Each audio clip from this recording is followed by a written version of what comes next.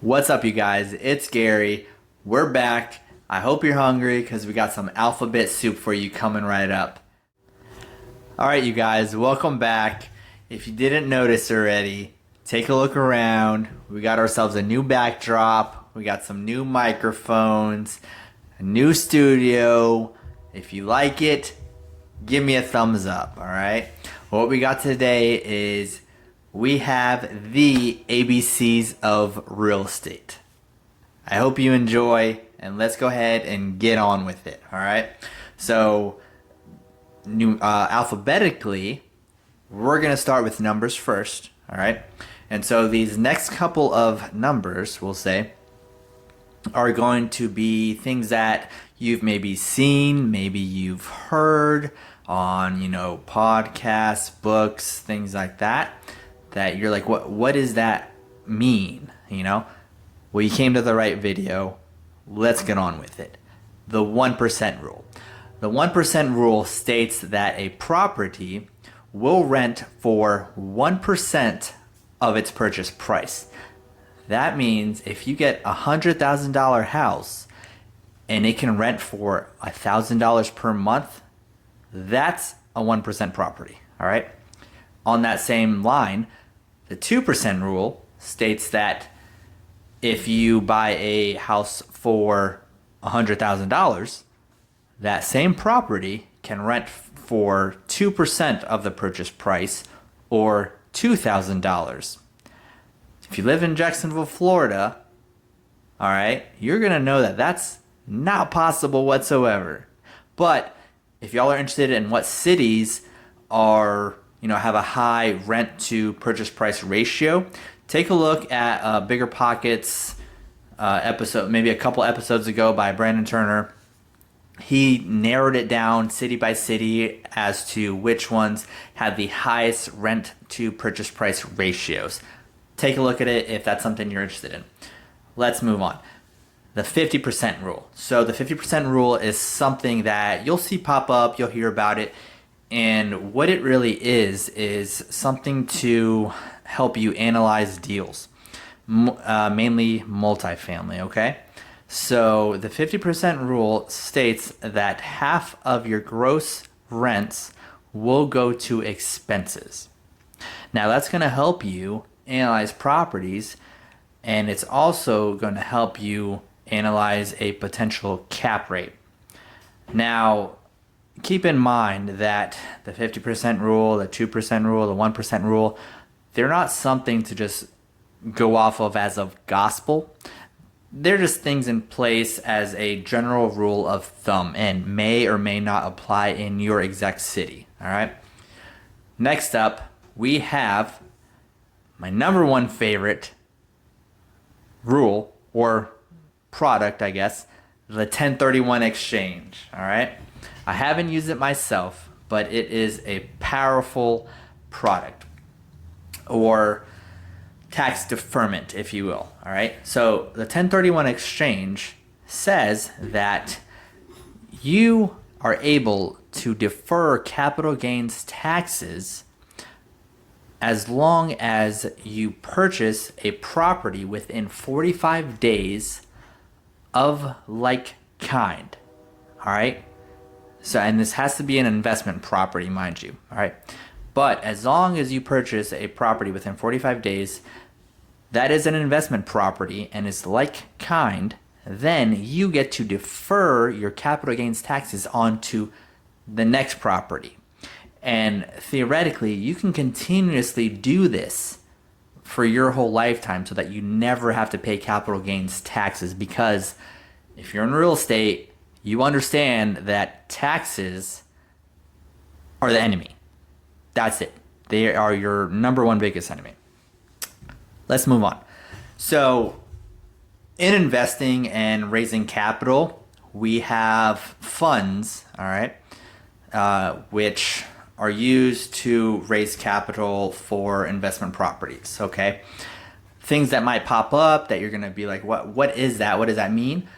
Things like the 506B and the 506C.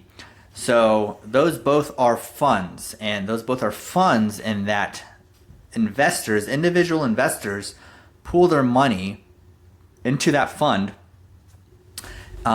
in order to, make a great return on it, basically. The 506B specifically, that one is going to be more so your family and friends. And then the 506C fund is going to be accredited investors. I could be wrong on this, but accredited investors, you'll hear this pop up as well. What is an accredited investor? I'm pretty sure it's somewhere along the lines of a net worth of $200,000 to $250,000. All right, that is what constitutes a accredited investor. Okay, now we're on to the A's. Okay, so acquisition fee. All right, so an acquisition fee is the charge for incurring or arranging the purchase of real property. All right. So even though you may think that you're not bringing anything to the table, potentially you can still charge for an acquisition fee. Okay.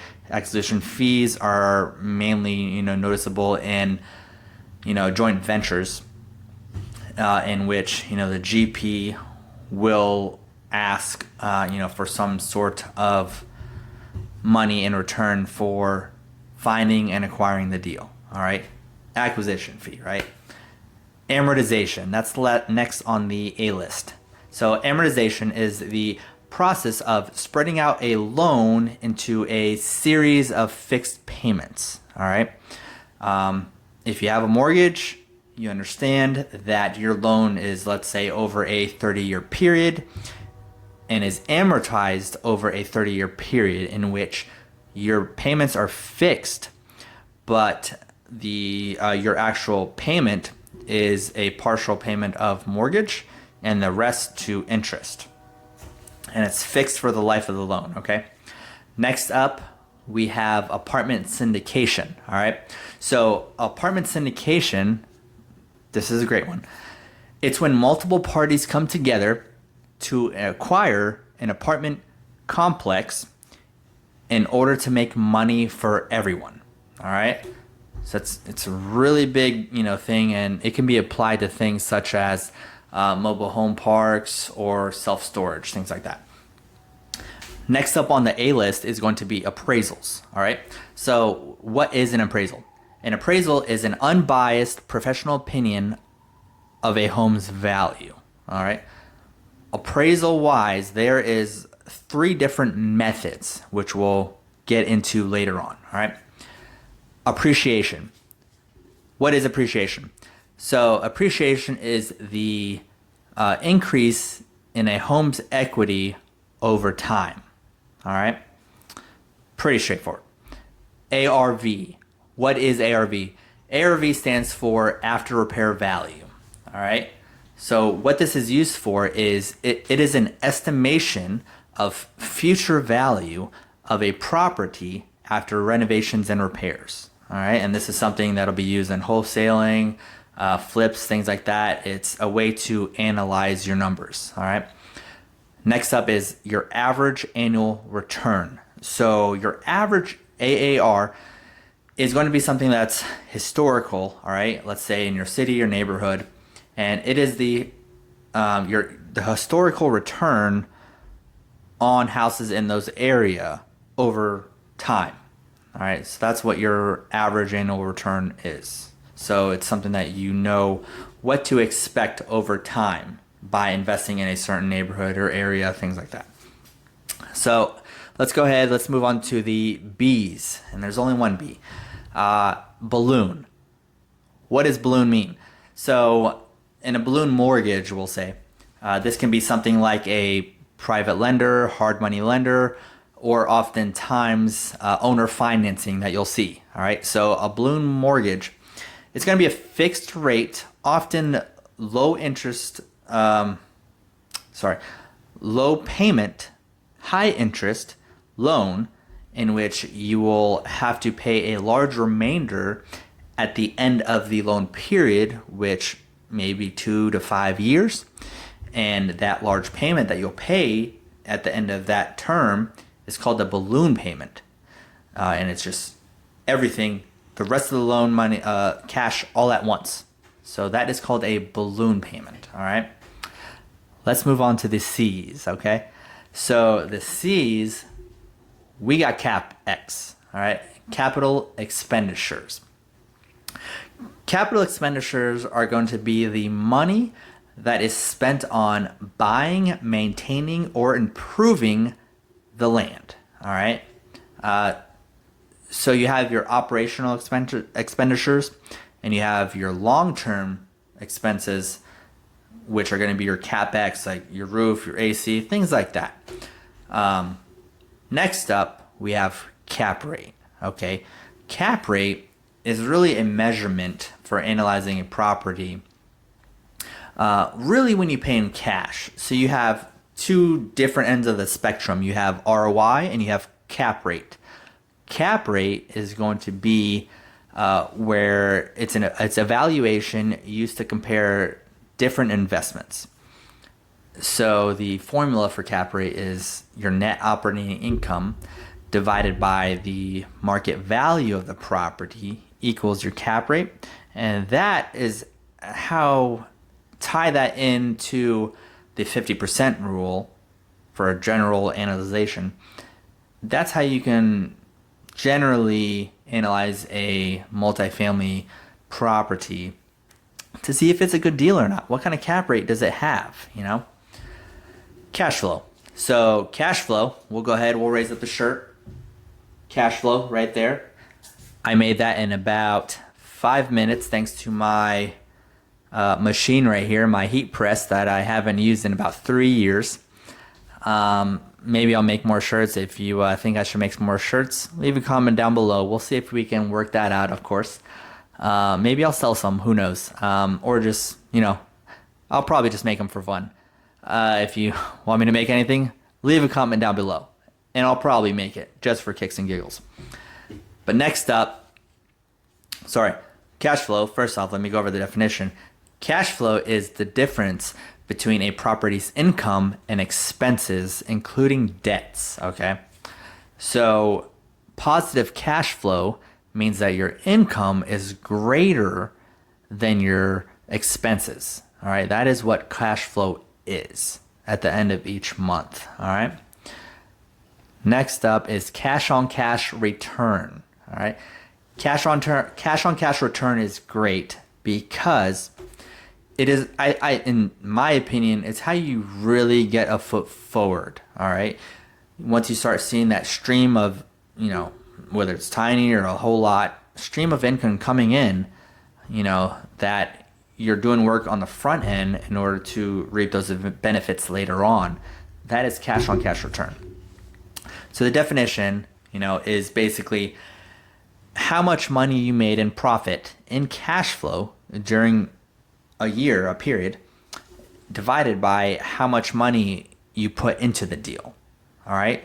So, general terms here, you put let's say 20 grand into the deal, and then your cash flow is $200 a month. All right. What you're going to do is you're going to times 200 by 12 months and then divide that by the 20 grand initially. I don't know that term off the top, or that number off the top of my head, but it's probably pretty good with just investing 20%. These kind of things are often seen with investors who are house hacking and things like that to really maximize their return on investment. And we can go into, economic norms as far as what kind of returns to expect in another episode, okay? So next up, we have cash out refinance, all right? So a cash out refinance is where you replace your existing loan, all right, for a new loan for far more money than you owe, all right? So you get it appraised for, let's say, 100 grand more than what you owe, and the bank is going to let you take out maybe a loan to value of 80% to 20%, and you'll be able to take out that remaining balance based off what you owe. and take it out as cash. So your mortgage will go up very slim because it's over the course of 30 years usually. But you're going to be able to take out that cash and reinvest that into another investment property that you have. So next up, we have capital. What's capital? So capital is a term for money that you use in order to start a business. All right. So it's money that you raise in order to start a business in order to make more money. That's what capital is. So money is money, but when you raise money to start something like a venture or anything like that, it's then called capital. All right. Closing costs. What are closing costs? Okay. If you have a house, you know what closing costs are. Or if you're an investor, you know what closing costs are. Closing costs are fees paid by the buyer and seller, all right, at the end of a real estate transaction, all right? So these can be origination fees, these can be appraisal fees and things like that, title search fees, doc on deed stamps, it goes on and on. And if you're really good, you know, you can usually get the seller to pay for majority of those closing costs or issue you a concession towards those closing costs, okay?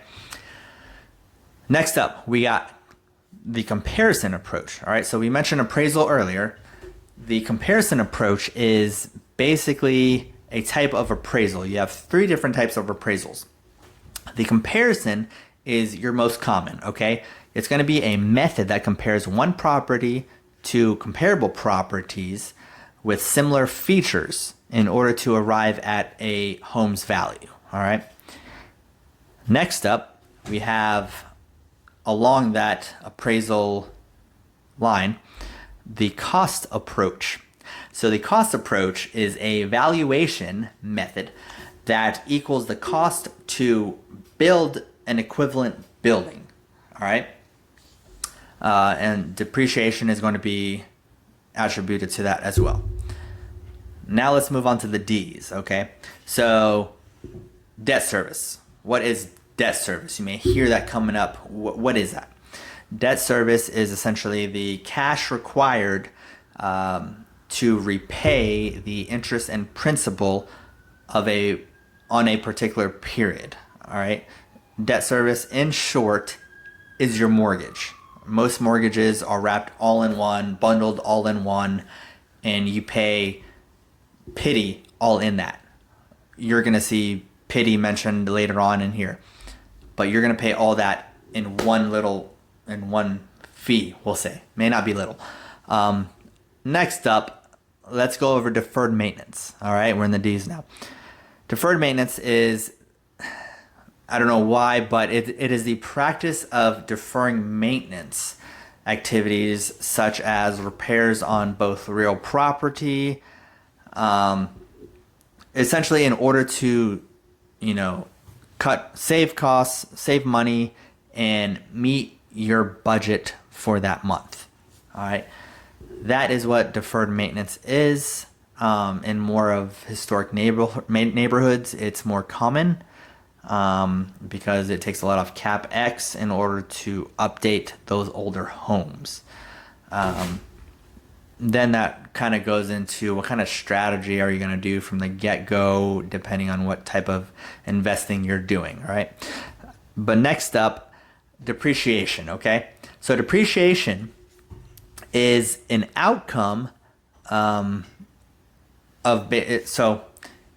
it's an income tax deduction. That's what depreciation is. You go to the tax, you file your taxes the end of the next year.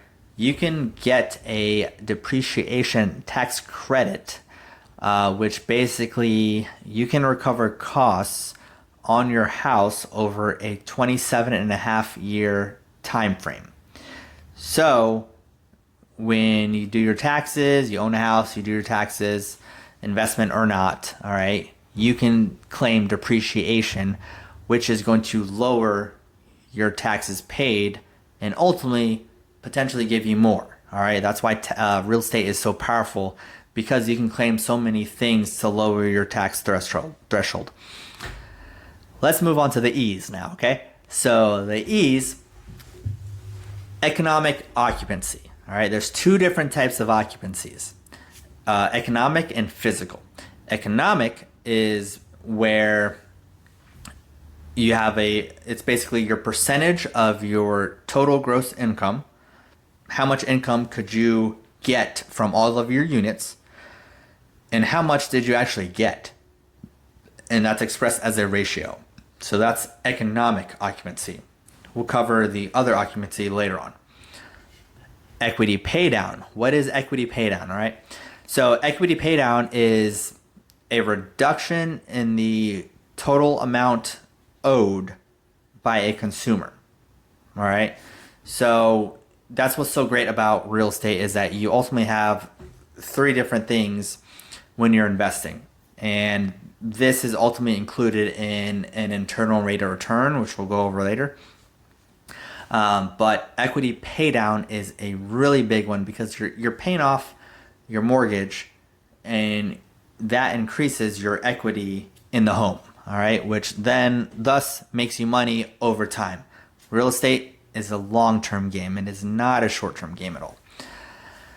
Next up, we have exit strategy. You're going to see this come up from time to time, right? Exit strategy. It's a plan to remove yourself from the equation at the end of your renovation, all right? How are you going to get out of it? How are you going to recoup your costs? And how are you going to repay your investors? How are you going to repay your hard money loan? Things like that. Let's move on to the F's. Forced depreciation. So forced depreciation is buying something that's not a good investment, but you turn it into a good investment by doing renovations and repairs and things like that. All right. Forced depreciation is great. Foreclosure. All right. There's different stages of foreclosure, and we'll go over, I think, each one. I have a couple in here. But foreclosure in general is the process in which a lender attempts to recover the balance of the loan owed from a borrower who has stopped paying. That is foreclosure. Let's move on to G's really quick. GP. What does GP stand for? GP stands for general partner. All right. So general partner, this is in a structure.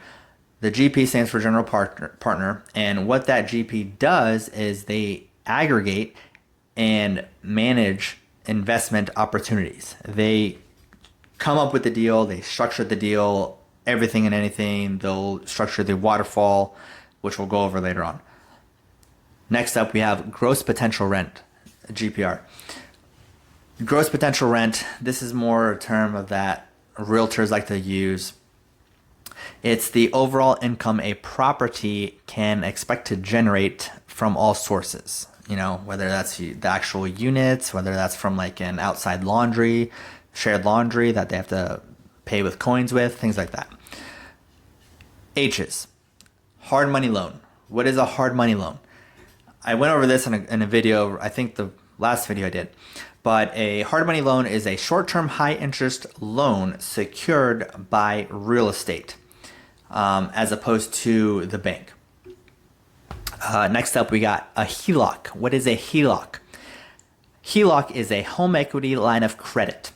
And this is essentially a loan that the lender agrees to lend over a period of time with the equity of the property as collateral. All right. House hack. What is house hacking? House hacking is where you live in one of the units and rent out the others. All right. This can also be done in a single family home in which one person purchases the property, they live in the property, they live in one of the bedrooms, and they rent out the other bedrooms. All right. Now on to the I's, income approach. The income approach is an appraisal method. It's one of the three. And that basically uses the income of a property that it generates to estimate its value. All right. Next up, we have internal rate of return, or IRR. Okay. This one is, kind of everything and anything. But in short, it's a percentage rate at which an investment grows over time. In real estate terms, all right, it's maybe, let's say, on a 10-year period, it counts everything you put into the property and everything you took out of the property over a 10-year period. What is your overall rate of return? All right. Real estate is great because you have the three different things as far as gaining value. You have your regular income, you have equity pay down, and you have appreciation. And that's why real estate is so powerful, because that's three different ways that you can essentially make money. And that's why it is a long-term game, of course. But that is the internal rate of return. J's, joint venture. All right. Joint venture is a business arrangement, all right, in which two or more parties agree to pool their resources together in the purpose of accomplishing a task, basically buying an investment property. That is a joint venture. All right. Next up, we got our L's, and in there we have your LP. We mentioned GP earlier. GP. Under your GP, your general partner, you're going to have your LPs, which are your limited partners, all right? Your limited partners are going to be more hands-off. They just want to invest their money, and they want to know when they're going to get their money back and how much they're going to make off of it. That is your LPs, all right? Next up, we have our M's, market rent. What is market rent? So the market rent is what one can expect to rent out a property for based on comparables. All right. N's, NOI, net operating income. Okay. What is net operating income? NOI is when you take your gross income, all of your income, minus your expenses, your operational expenses. That equals your net operating income. And this is how businesses are evaluated. This is how multifamily real estate properties are evaluated, is NOI. O's, we got operational expenses, okay, OpEx. And that is expenses for a property that are basically continuously monthly. All right, that's your lawn, that's your pest control, that's your general maintenance, that's your vacancy that's split up over 12 months. Things of that nature. All right. OPM, other people's money. I've mentioned this in another episode, but OPM is other people's money, and that's going to be from investors and banks. Okay. Just anybody's money but yours. P's. All right. We have physical occupancy. So physical occupancy is where it's the other half of occupancy, in which the overall actual amount of units that you have filled. So you take your total number of units that you have filled that are people living in there, divide that by however many units you have total, and that is your physical occupancy. So there's two different kinds, all right? Next up in the P's, we have PITI. If you have a mortgage, you've probably heard of this. PITI stands for principal, interest, taxes, and insurance, okay? And it basically helps both parties, establish their affordability. After that, we have pre-foreclosure. So pre-foreclosure is a stage of a foreclosure. All right, when people say foreclosure, there's different stages of a foreclosure. But pre-foreclosure is when they have missed 3 consecutive payments in a row, and that in which a bank will then start the process of a foreclosure. All right, it's still owned by the owner, but the bank is starting that process, and that's called a pre-foreclosure. If you go on Zillow, it'll often have these pre-foreclosures everywhere. It's not a for sure thing, but it is just a general way. It's a lead at the end of the day. Hey, they're behind on their payments. Let me go ahead and door knock on them and see if they want to get out of it. See if they want to do a short sale. I think I have that later on in here as well. Private money loan. What is a private lender? Private lenders care more about your track record more so than your credit. and it's more relationship based, like friends and family, things like that. Next up for the P's, we have property class. So property class, it represents the quality, the building condition, the age, and location. All right, and that's what makes up the property class.